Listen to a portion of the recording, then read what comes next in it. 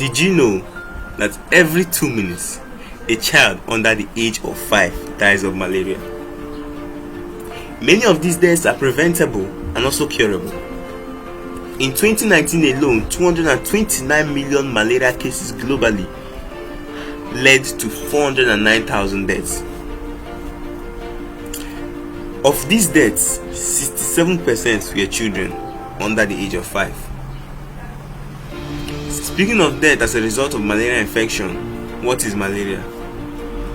Malaria is actually a life-threatening disease caused by a parasite by name Plasmodium falciparum, and it is transmitted to people through the bites of infected female Anopheles mosquito.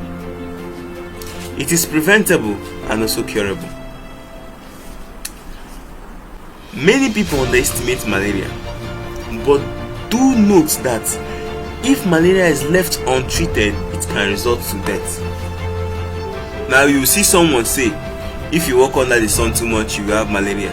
If you eat excess oil food, you have malaria. If you stress yourself too much, you will have malaria. No, they are all false.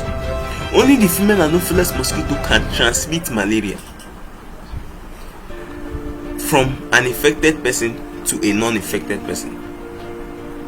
Malaria can also be transmitted through blood transfusion, organ transplant, or the sharing of used needles that has already been contaminated. Malaria can also be transmitted from a mother to her unborn child. Now, one might also ask, is malaria a communicable disease? The answer is no.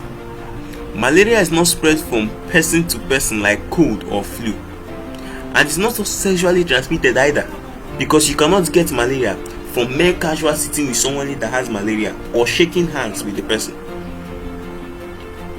That is all I can say in this video. Watch out for my next video where I'll be mentioning the signs and symptoms of malaria and an effective way of treating malaria.